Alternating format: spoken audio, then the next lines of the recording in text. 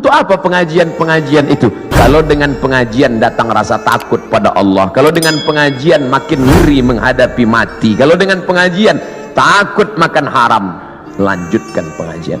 Tapi kalau dengan ngaji cuman hafal dalil, mendebat orang, nyalahkan orang, ganti pengajian yang baru, ganti dengan pengajian yang membangkitkan semangat rasa takut kepada Allah. Angkat takbiratul ihram, pandang hanya tempat sujud saja, Allahu Akbar, namanya takbiratul ihram. Ihram diambil dari kata haram, yang sebelumnya halal menjadi haram.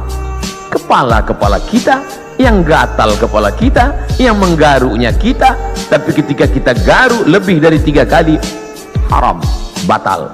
Pada saat itu orang hanya melihat tempat sujud, siapapun dia. Di saat itu salat kita sedang disadarkan bahwa kita sedang berada di depan Dia pencipta langit dan bumi. Kita serahkan semuanya kepada Dia. Inna salati wa nusuki wa mahyaya wa mamati lillah. Salat bukan gerakan, salat bukan hanya ritual, salat bukan bim salabim abrakadabra bacaan yang dihafal sampai kita pun tak ingat tahap yang kita baca. Satu hembusan nafas tuntas, iftitah, Fatihah, ayat. Bahkan sekarang kalau ada orang sholatnya lama malah dia aja, itu Syanu kok lama ya? Maklum, mu'alaf baru masuk Islam. Ente kok cepat? Udah lama, udah hafal Pak Ustaz. Padahal sholat adalah perenungan. Selain dari Allah kecil, Allahu Akbar. Jabatan ini kecil, tak ada apa-apanya. Kekuasaan ini kecil, tak ada apa-apanya. Yang besar hanya Engkau ya Allah. Kalau sudah mampu mengecilkan yang lain, membesarkan yang Allah, maka kalau dia hilang tidak akan terasa, karena semuanya kecil. Banyak ibu-ibu yang sudah mampu membesarkan Allah sampai yang lain itu terasa kecil. Meninggal suaminya, slow aja. Ibu enggak nangis, kecil Pak Ustaz. Semuanya kecil. Ini hanya amanah Pak Ustaz, ini hanya titipan Pak Ustaz. Kebetulan tercetus keluar dari mulut, amanah. Masjid ini bernama Masjid Amanah. Lawan dari amanah, khianah. Amanah, khianah. Orang yang memegang amanah, al-amin. Orang yang mengkhianati amanah, al-khain. Ini namanya luar biasa, berat ini. Keluar dari amanah, khianah. Tidak bisa dibagi dua. Saya Pak Ustadz, kaki kanan saya memang amanah, tapi khianah sekali-sekali. Oh, nggak bisa. Sifat orang munafik 3. Idza haddatsa kadzaba, kalau bicara dusta. Wa idza wa'ada akhlafa, kalau berjanji ingkar. Wa idza tumina, kalau dikasih amanah, khana, berkhianat. Itu mengapa masjid ini diberi nama amanah. Maka sehari berapa kali masuk kemari? Subuh mungkin tidak. Subuh mungkin di Masjid Al-Ikhlas dekat rumah, mungkin di Masjid At-Taqwa dekat rumah, tapi zuhur, asar. Tapi jangan gara-gara saya ucapkan ini lalu nanti takut sholat di sini. Kamu sholat di mana tadi? Masjid di luar aja lah. Kenapa nggak di amanah? Ngeri itu. Kata Ustaz Somad. Masya Allah, hati terus dikonekkan, jiwa terus didekatkan. Kalau sampai jauh dia akan kering. Bahwa kita semuanya lahir membawa iman ya. Iman ini sudah kita bawa sebelum masuk ke rahim ibu kita. Inna ahadakum yujma'u khalquhu fi batni ummihi 40 yawman nutfah. Kamu diciptakan dalam perut ibumu 40 hari dalam bentuk sperma. Tsumma yakunu 'alaqatan, berubah 40 hari dalam bentuk darah.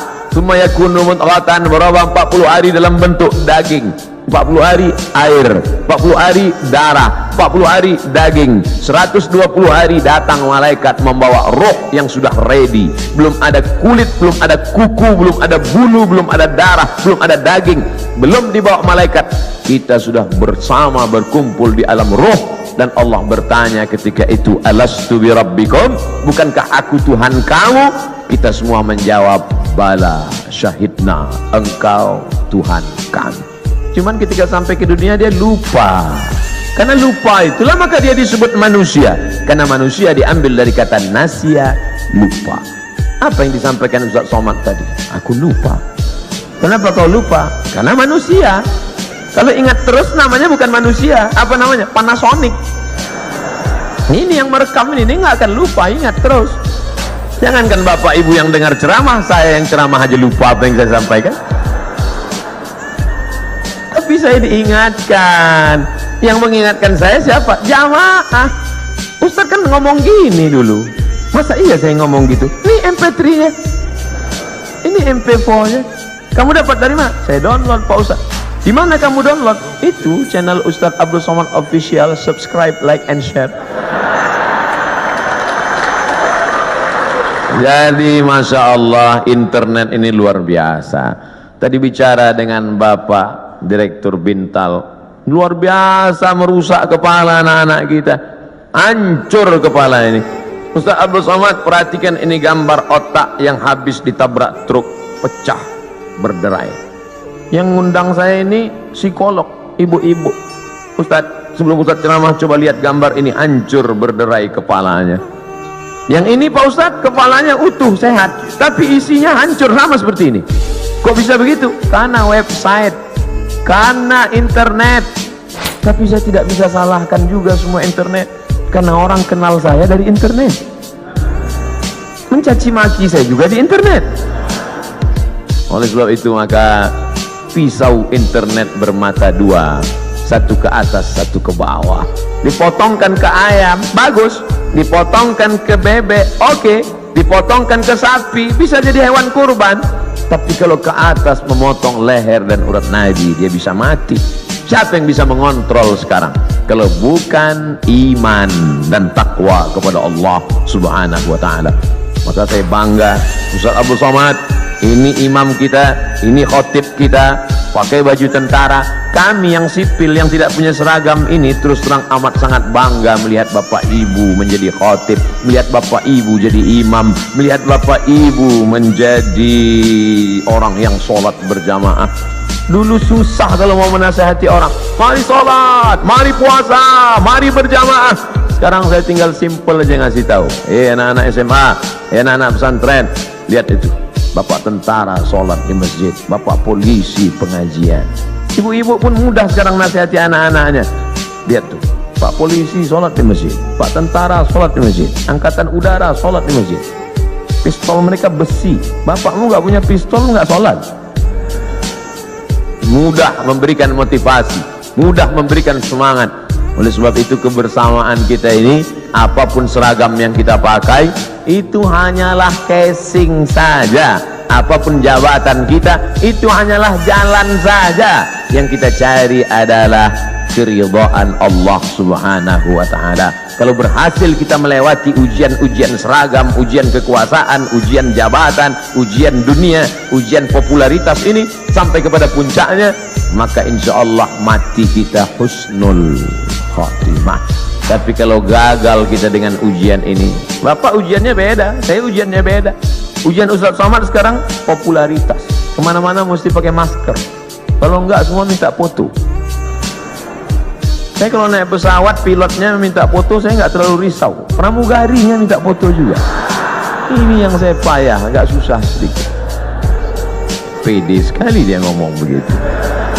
Bapak Ibu yang dimuliakan Allah Subhanahu wa ta'ala, tapi saya yakin dan percaya dengan istiqomah melaksanakan ibadah ini, dengan senantiasa menempelkan kening ini ke lantai, kita sadar bahwa kita dari tanah dan akan kembali kepada tanah. Yang di badan ini pun dari tanah, dilihat warnanya warna tanah, dan akan mati dimakan cacing tanah. Saat diangkat tangan sadar tanah, diusapkan ke wajah bau tanah, dan kau akan mati dimakan cacing tanah. Abdul Somad yang diciptakan dari api, tolong angkat tangan. Berarti setan. Dia sendiri ngaku, khalaqtani min nar, aku dari api, wa khalaqtahu min tin, dia dari tanah. Ana khairum minhu, I am better than him. Saya lebih mulia dari dia, saya lebih tinggi, saya lebih hebat, saya lebih agung. Kalau ada nanti orang berkata begitu, bisikkan saja, kau saudara setan. Oh, jangan ngomong gitu Pak Ustaz, terlalu kasar. Lembutkan sedikit, saudara setan. Dengan sholat kita sedang disadarkan siapapun kita tempelkan 7 anggota badan kita ke lantai dari atas sampai ke bawah, ujung kaki 2, ujung tangan 2, ujung lutut 2, satu kening menempel ke lantai. Mentang-mentang orang hebat, kekuasaan tinggi, tak mau menempelkan ke lantai. Allahu Akbar, tempel ke tiang. Tak sah sholat kecuali sakit, duduk di kursi. Kalau makhluk di bumi tidak lagi mau mendengar kata-katamu, siapapun tak lagi memperdulikanmu, berbisiklah ke tanah, makhluk-makhluk langit akan mengaminkan doa-doa. Bangun di tengah malam, mengadu kepada Allah. Ngadunya pada Allah. Sekarang banyak orang ngadu ke Facebook. Semua diadukan di wall Facebook, Twitter. Makin dibaca komennya makin stres, depresi, bersunyi-sunyi di tengah malam. Kalau sudah Allah berikan pertolongan, intan surullah, kalau kau tolong agama Allah, Allah yang akan menolong kamu. Lari ke atas bukit Safa tidak ada air, lari ke atas bukit Marwah tidak ada air. Di mana air itu datang? Air datang bukan dari tumit Hajar yang mencari air, tapi air dari tumit Ismail yang belum pandai berjalan. Hanya bergeser saja kakinya di atas pasir, memancar air Zamzami, air berkumpullah. Cerita ini 3000 tahun yang lalu. Karena Nabi Ibrahim pindah dari Babilonia ke Palestina 1800 sebelum Masehi. Sekarang sudah 2000, lebih 3000 tahun yang lalu. 1800 tambah 2000, 3819 tahun yang lalu. Cerita tentang air memancar. Saya kira ini hanya ada dalam buku-buku, dalam Al-Quran, dalam hadis Nabi, dalam sejarah. Ternyata hari ini tentang cerita air memancar saya dengar lagi pagi ini. Yang cerita siapa? Bapak Direktur Keuangan, Ustaz Somad. Saya gali tanah untuk ngambil jeruk, keluar air. Itulah air mineral yang saya minum pagi tadi. Kenapa Allah berikan air ini? Andai tadi mereknya tidak dirubah, saya tak bisa bedakan ini air dari mana. Sama seperti yang selama ini saya minum. Dari mana air ini datang? Dari Allah.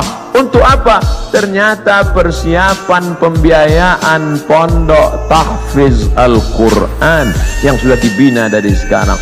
Datang rasa malu saya dalam hati. Saya selama ini cuma ceramah saja. Siapa yang membantu pondok tahfiz Quran? Siapa yang membuka pendidikan Al-Quran? Siapa yang menolong anak yatim untuk sekolah bantu Quran? Itu yang akan menolong di hadapan Allah. Makanan yang kau makan akan busuk, pakaian yang kau pakai akan lapuk, yang kau sedekahkan itu yang akan menolong di hadapan Allah. Andai ada yang bertanya, berapa anak tahfiz Quran yang Ustaz tolong? Yang tanya-tanya. Ternyata Bapak sudah buat duluan. Ini pondok tahfiznya, pembiayaannya dari mana? Allah yang memberikan. Makin kuat keyakinan saya. Lama-lama saya bingung, saya datang kemari ini ceramah atau belajar? Ternyata ada ilmu yang ditulis di atas kertas, tapi ada ilmu yang datang dari Allah, langsung real, nyata. Intan surullah, kalau kau tolong agama Allah, yansurkum, Allah akan menolong kamu. Ayat itu dari kecil saya sudah hafal. Ayat itu saya pelajari di Al-Azhar Mesir. Tapi kalau ditanya mana buktinya nyata, itu Allah menolong Nabi Muhammad. Apa kata? Itu kan Nabi. Mana real yang nyata sekarang?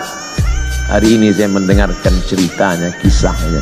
Hari ini saya nampak real dengan nyata. Kalau kau tolong anak yatim, kau tolong pondok tahfiz Quran, kau tolong orang menghafal Quran, Allah akan menolong engkau. Sumber air mineral yang lulus lembaga badan pengawasan obat dan makanan menyatakan air ini layak. Siapa yang memberikan? Innama amruhu idza arada syai'an ayaqula lahu kun fayakun.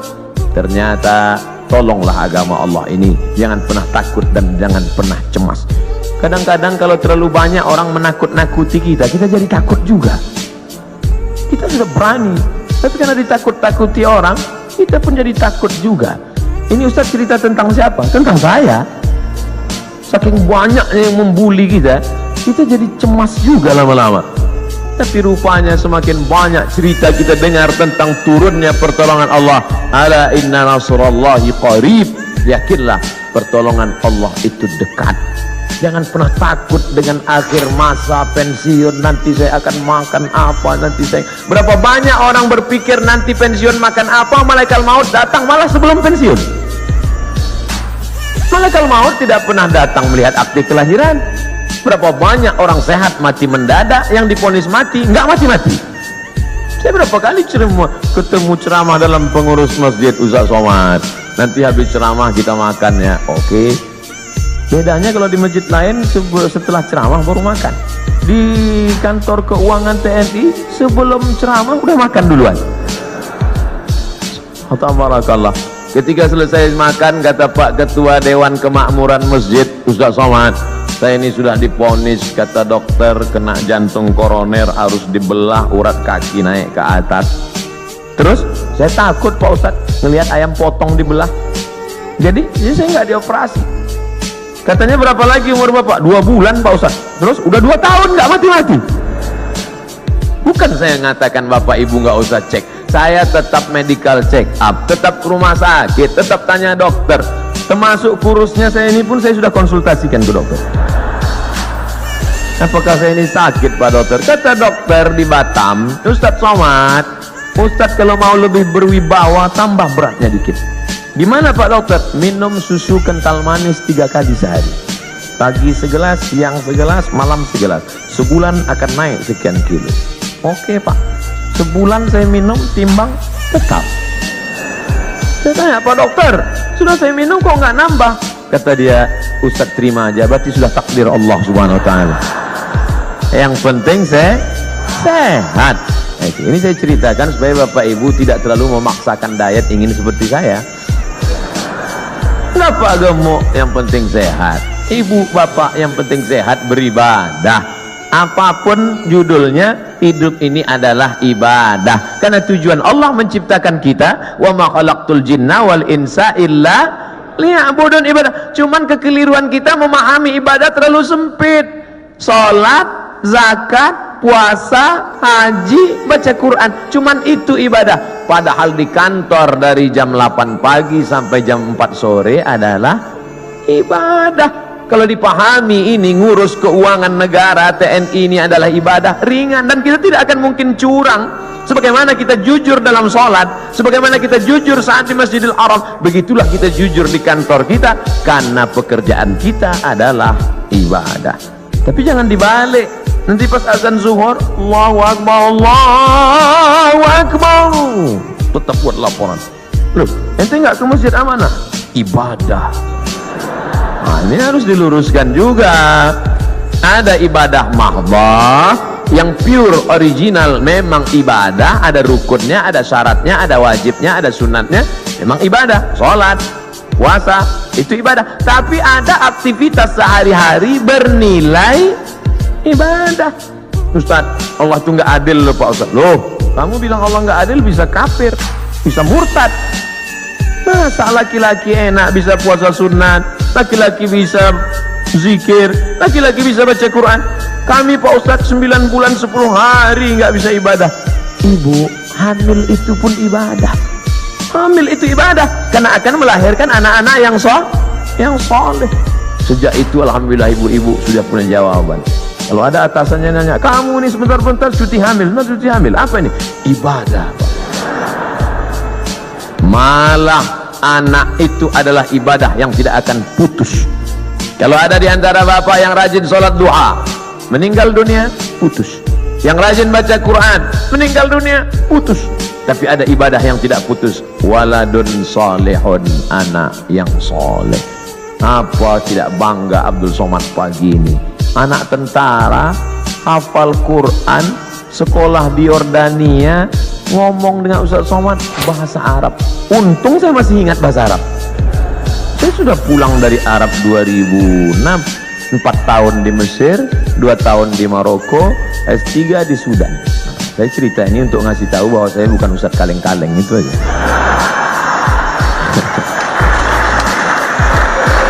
Kadang kalau ada orang cerita itu kita terlalu fokus pada kata-katanya. Sebetulnya di balik cerita itu yang penting, bukan kata-katanya itu. Perhatikan baik-baik. Saudara yang dimuliakan Allah SWT. Tapi kadang perempuan yang diingatnya bukan substansi maknanya, tapi katanya itu yang dia ingat. Makanya banyak perempuan terbuai oleh kata laki-laki, karena banyak laki-laki yang pandai menjual kata. Tapi kita harus pilih kata yang tepat, karena perempuan selalu mengingat kata yang tepat. Makanya Nabi tidak pernah panggil nama Aisyah. Nabi tak pernah panggil hei Aisyah, tidak. Tapi dia gunakan kata yang lembut, ya Humaira, wahai engkau yang kulitnya putih kemerahan.